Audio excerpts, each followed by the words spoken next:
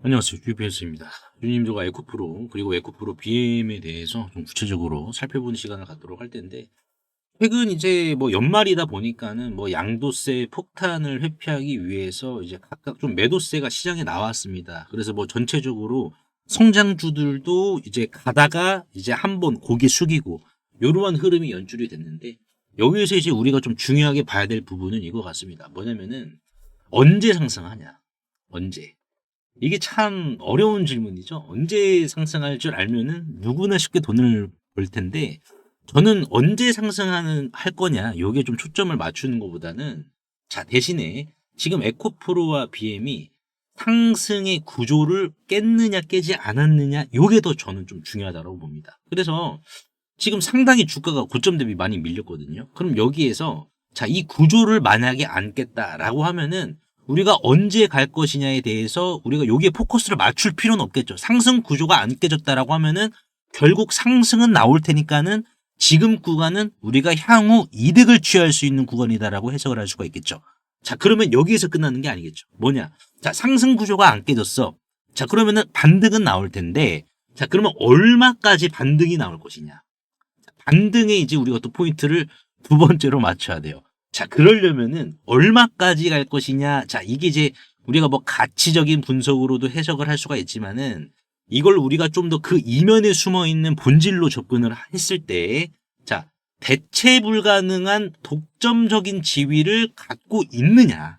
그러니까 얼마까지 가는 것도 중요하다라고 봐요. 가치적으로. 근데 사실상 대체 불가하거나 병목 상황을 지배하고 있는 이 요건을 만족을 시키고 있다라고 하면은 얘는 그냥 더 가지 않을까요? 그래서 오늘 영상에서는 에코프로와 BM 주주분들께 지금 상승의 구조가 깨졌는지 안 깨졌는지, 대체 불가, 즉 병목 지점을 남들보다 미리 선점을 했는지 안 했는지, 요 두 가지에 대해서 좀 구체적으로 살펴보는 시간을 갖도록 할 텐데, 결론만 좀 미리 말씀을 드려보자면은 지금 구간은 우리가 향후 이득을 취할 수 있는 구간인 것은 분명하다. 그래서 왜 그러는지 하나하나 좀 살펴볼게요. 자, 일단 지금 현재 에코프로와 BM의 상승 구조의 핵심입니다. 상승 구조를 봐야 되잖아요. 구조. 그래서 세 가지로 이루어졌다 보시면 돼요. 뭐냐? 첫 번째, 유럽 현지화, 헝가리. 당연히 그럼 헝가리 공장이 잘 돌아가면 돌아갈수록 실적 안 봐도 비디오인 것처럼 더 잘 뽑겠죠. 그리고 두 번째, 탈중국 규제 대응과 세 번째는 ESS입니다. 이 세 가지가 지금 상승 구조야. 그러면은 이게 지금 깨졌는지 안 깨졌는지 각 항목마다 좀 봐야 될 것 같아요. 자, A 항목이 바로 유럽의 현지화입니다. 자, 이거 같은 경우 이게 깨지려면, 이 구조가 깨지려면은 이거를 만족을 시켜야 돼요. 그리고 이 구조를 깨려면은 이거를 또 만족을 시켜야 되는데, 하나하나 볼 텐데요. 일단은 유럽 현지화. 유럽 현지화 같은 경우에는 자, 양산이 시작을 했을 때 효율 문제로 인해서 좀 축소가 되거나 딜레이가 된다, 지연이 된다 라고 하면은 여기에 금이 가기 시작하고, 여기에 있어가지고 가동률이라든지 불량률 급증, 뭐 스크랩률, 그러니까 이거는 공장이 있기만 하고 돈이 안 드는 상태라는 것을 뜻하니까는 상승에 대한 구조가 더 약해지는 겁니다. 그리고 이제 세 번째, 현재 이제 헝가리에서 리튬 가스가 동시 입주가 제대로 돌지 않는지, 그럼 이게 이제 의미하는 것은 외부에서 리튬을 조달을 해야 된다는 것을 의미를 하거든요. 그래서 지금 유럽 현지화라는 상승 구조가 깨려면은 이 세 가지가 필요한데, 이 세 가지는 지금 안 깨지고 있다라고 보시면 됩니다. 여러분, 안 깨지고 있다. 오히려 지금 유럽 같은 경우에는 여기 양극재 의존도가 이제 영내에서 3%밖에 안 되는 상황이기 때문에 사실상 양극재에 대한 의존도는 에코프로 BM이 싹 다 스펀지처럼 흡수를 해야 돼요. 그러면은 당연히 뭡니까? 이러한 부분은 이게 나오면 안 된다라는 반증이 되겠죠. 그렇죠. 그러니까 이거는 사실상 깨지지 않는 강철 구조로 지금 편입이 되고 있다라고 보시면 되고, 자, 두 번째 B죠. 탈중국 규제. 이 구조가 깨지려면은 자, PFE라든지 IRA, 유럽의 CRMA, 이게 이제 완화가 되는지 봐야 돼요. 그리고 두 번째로는 고객사가 중국산 채택을 늘리는 흐름이 우회해서 채택을 하거나 이런 흐름이 나와야 되는데, 눈을 씻고 찾아봐도 지금은 보이질 않고 있는 상황이죠. 그래서 지금 탈중국 규제 대응에 대한 상승 구조도 여전히 견고하게 이어지고 있다. 그리고 마지막으로는 ESS입니다. 지금 ESS 같은 경우에는 이제 매출 비중과 성장률이 꺾이는지 이거를 이제 봐야 되는데, 이게 성립이 되면은 여기에 또 금이 가기 시작하는 거예요. 근데 지금 ESS 분기 매출 보시면 아시겠지만 에코프로 BM이 대략 한 1654억 원 나고 매출 비중이 기존 4%에 6%죠. 6%에서 10% 올랐어요. 그러니까 이거는 비중이 올라가니까는 지금 실질적으로 금을 내진 않는 구조다라고 보시면 되고, 두 번째로는 ESS 제품 포트폴리오 전환이 멈추느냐. 지금 에코프로 BM이 이제 내년 LFP 3만 톤 투자 시작해서 28년에 양산한다라고 했어요. 자, 근데 이게 좀 늦은 거 아니냐라고 생각하시는 주주분들 계실 텐데, 지금 이제 빅테크 기업들이 이제 원전이 늦게 지어지잖아요. 왜냐하면 미국이라는 기업은 이 연방 정부에서 니네들 전력 부족하니까는 내가 원전 지어줄게 이렇게 먼저 다가가는 국가가 아니에요. 미국이라는 국가는 연방 정부가 야 니네들 뭐 전력 필요해? 니네들이 알아서 해 이거예요. 그러니까 지금 이제 미국의 전력 시설도 대략 한 70년 정도, 70년 가까이 됐잖아요. 노후화 됐습니다. 그러니까 연방 정부의 특징이라서 어쩔 수 없어요. 그래서 빅테크 기업들은 본인들이 필요한 전력들은 본인이 독고다이로 조달을 해야 돼요. 어쩔 수 없습니다. 그래서 이제 테슬라의 xAI죠. xAI가 두산에너빌리티의 가스터빈을 괜히 주문을 한 게 아닙니다. 독자적으로 그냥 각자 그냥 생존해야 돼요. 어쩔 수가 없습니다. 연방 정부가 다 챙겨주는 게 아니에요. 각자 생존이다 보니까는 각자 해야 돼요. 그래서 지금 빅테크 기업들이 스케줄상으로는 2028년부터 2029년에 사실상 데이터 센터 건설이 집결돼 있어요. 지금 전력 없어서 안 되고 앞으로 이제 뭐 원전 더 때려지어 가지고 SMR 나오고 그 순간만 기다리고 있어요. 근데 그때가 되면 더 지을 텐데 그럼에도 불구하고 그 전인 상황에서도 지금 데이터 센터 건설을 지금 멈추지 않으려고 하고 있습니다. 알아서 자체적으로 가스터빈으로 지금 조달하려고 하고 있어요. 근데 중요하게 봐야 될 것은 그만큼 지금 가스터빈이 많이 지금 이제 요구가 된다라는 상황인데 가스터빈이 들어가면은 당연히 LFP도 바늘과 실처럼 같이 적용이 돼야 됩니다. 그러니까 이거 LFP가 28년 양산 계획 이게 너무 늦은 거 아니냐라는 관점은 성립이 되지 않아요. 오히려 딱 적당한 겁니다. 여러분들. 그리고 세 번째 원가 방어가 안 되는지 이거 뭐 인도네시아에서부터 다 자체적으로 조달을 하니까는 원가 방어가 안 될 수가 없겠죠. 자 그러면 우리가 구조적으로 봤을 때 상승 구조는 뭐다 여러분들.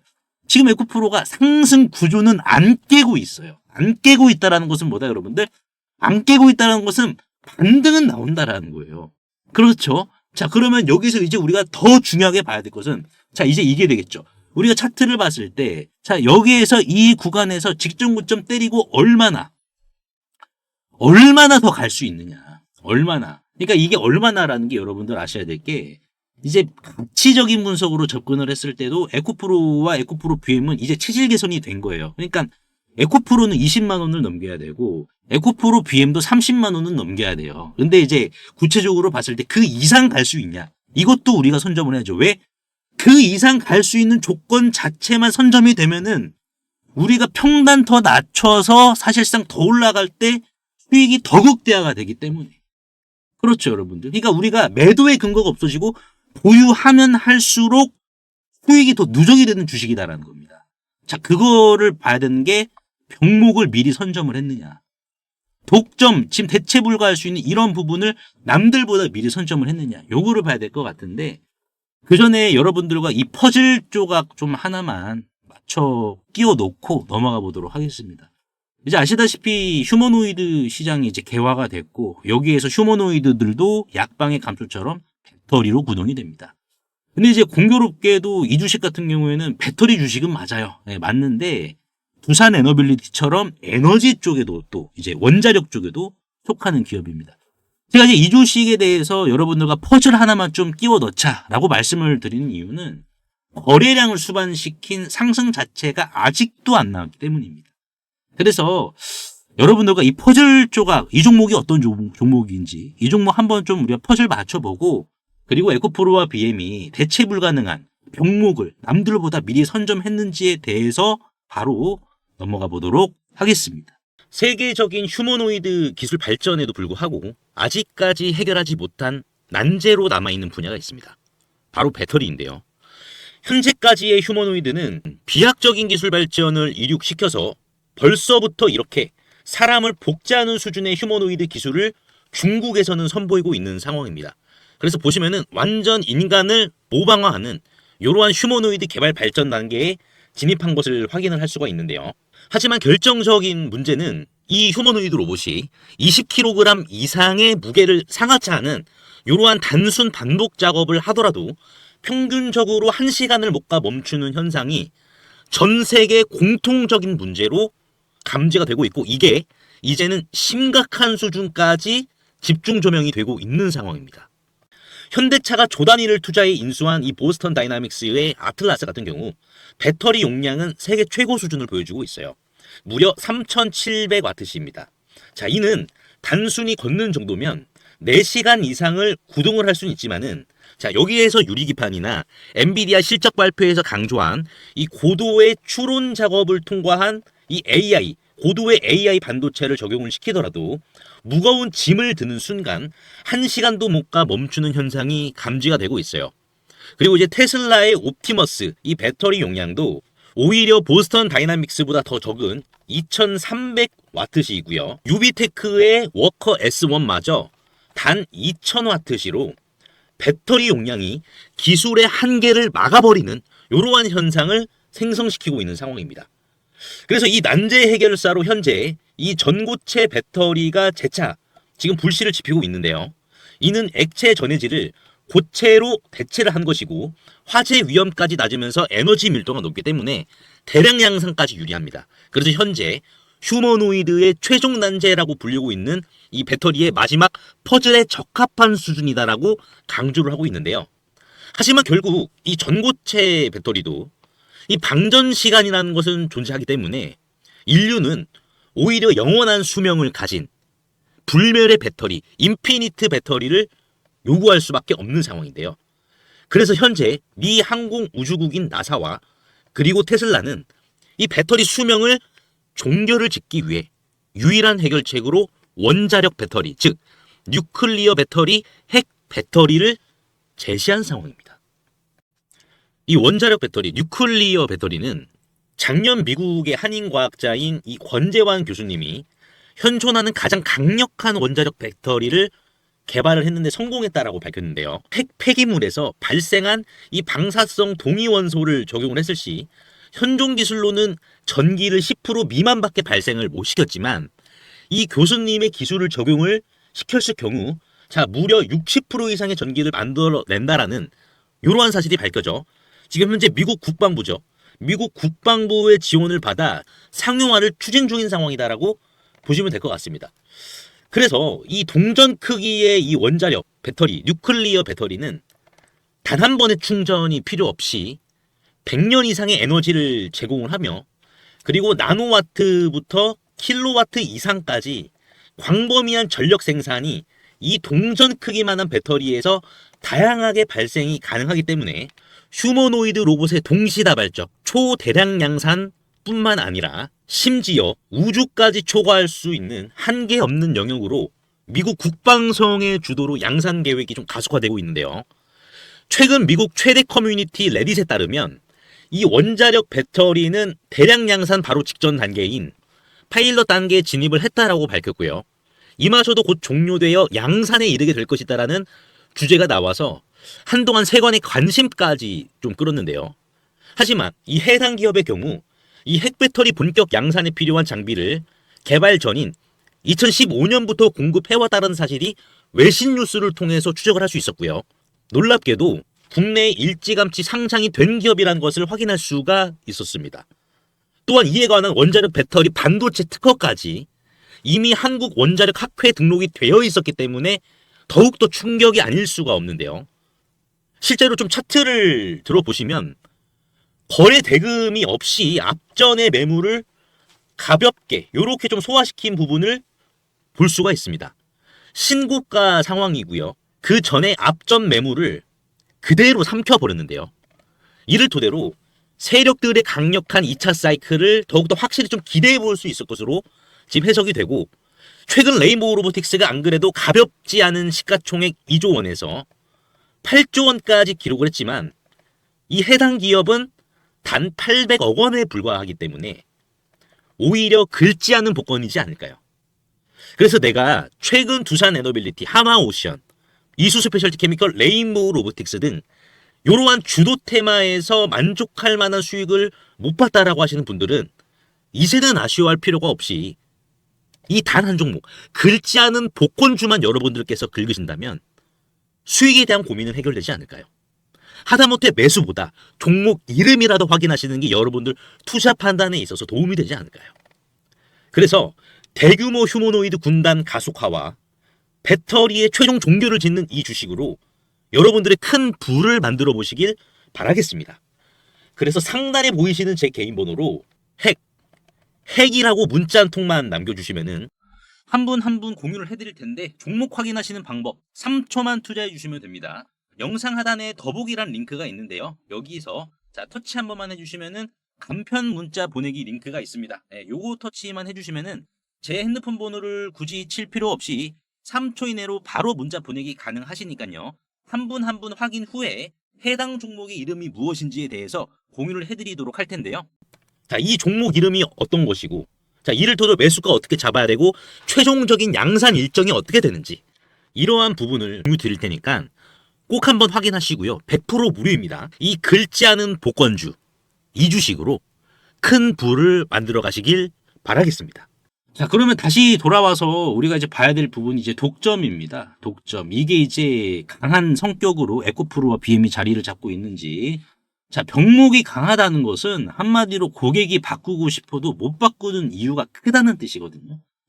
그러면은 우리가 독점을 보려면은 뭐 점유율이 몇 %고 그런 것도 우리가 중요하지만은 역으로 우리가 타고 올라가는 게 더 중요하다고 봅니다.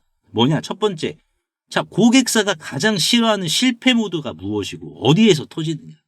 근데 고객사가 싫어하는 거예요. 에코프로 BM과 에코프로의 고객사가 자, 고객사가 가장 실패한 이 모드 리스크는 바로 특정 국가 의존, 중국이죠. 중국의 의존으로 인한 보조금 탈락과 공급망 차단 리스크입니다. 지금 미국의 ESS는 사실상 빅테크 기업들이 이제 예를 들어서 100이라는 단위를 부담을 했다라고 하면은 연방정부에서 중국과 안 썼어 이 규정만 지켜주면은 50을 다시 돌려줍니다.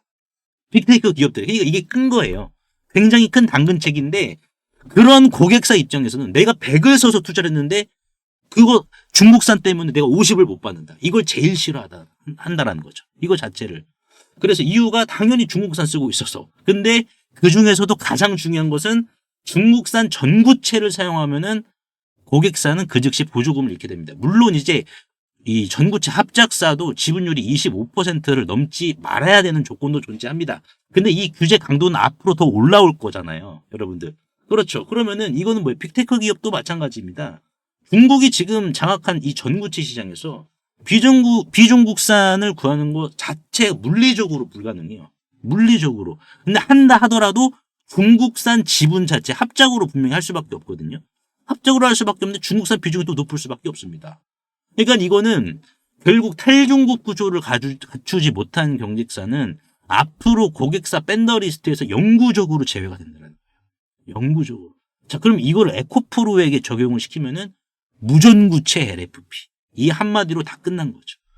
자, 그럼 두 번째, 경쟁사가 지금 에코프로가 장악한 이 LFP 시장, 이걸 들어오려면은 무엇을 지금 포기해야 되냐. 중국산 전구체 원료 사용을 통한 단기적 원가 절감을 포기를 해야 됩니다. 에코프로와 같은 시장에서 같은 링에서 싸움을 하려면. 그래서 아시다시피 이제 미국과 유럽 규제에 대응하려면은 비싼 비중국 공급망을 구축을 해야 되는데 이거는 그 기업의 수익성 악화를 초래해요.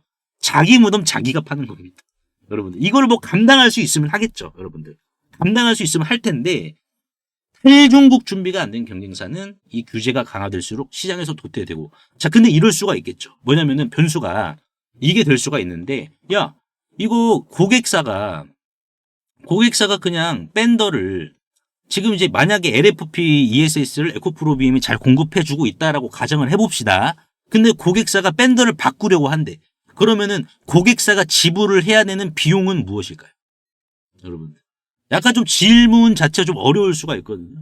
그러니까 고객사가 어떠한 비용을 지불을 하면서 밴더를 바꿔야 되냐. 이건 시간입니다. 네, 시간이랑 규제 리스크예요. 왜냐면은 사실상 이제 다시 밴더를 다른 업체로 선정을 하기 위해서는 IRA와 이제 CRMA 준수 여부를 확인한 복잡한 서류 절차와 실사를 다시 거쳐야 돼요. 실사도 거쳐야 돼요. 그러니까 밴더 변경은 보조금이 박탈이 된다라는 반증이고요. 예, 이 부분은 고객사의 분노를 같이 수반시키게 됩니다. 여러분. 그래서 지금 우리가 독점에 대한 영향력, 병목을 남들보다 미리 선점을 했는지까지 봤을 때 에코프로와 BM은 이거 다 선점했다라는 거예요. 그러니까 이게 뭐예요? 상승은 나올 것이고 이 상승이 나온다라고 하면은 강력하게 분출이 될 것이다라고 우리가 판단을 할 수 있겠죠. 남들보다 이걸 미리 선점할 수 있겠죠.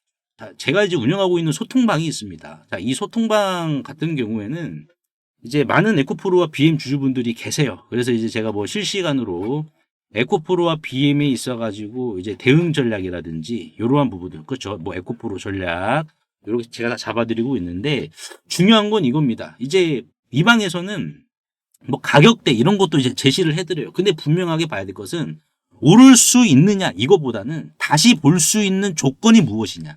그 조건 구조를 깨지 않았느냐.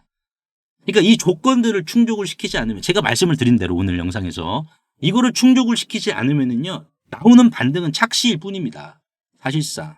네, 그래서 가격대도 찍어주는데 이 가격은 결국 결과예요.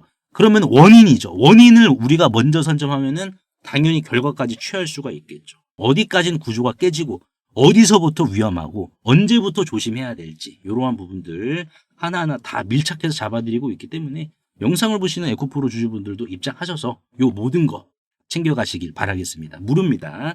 그래서 상단에 보이시는 제 개인 번호로 입장이라고 간단하게 문자 한 통만 남겨주시면은 한 분 한 분 제가 주소 남겨드릴 테니까는 바로 입장하시면 될 것 같아요. 입장하셔서 에코프로에 대한 추가적인 전략 제가 싹 다 남겨놨고 그리고 딱딱하게 대응만 하면 그러니까는 단기적으로 수익 보실 수 있는 종목까지 챙겨드리고 있으니까는 입장하셔가지고 모두 다 챙겨가시길 바라겠습니다. 그래서 오늘 제가 에코프로와 BM에 대해서 좀 분석을 도와드렸는데요. 주주분들 도움이 되셨다면 구독과 좋아요 한 번씩만 눌러주시면 대단히 감사하겠습니다.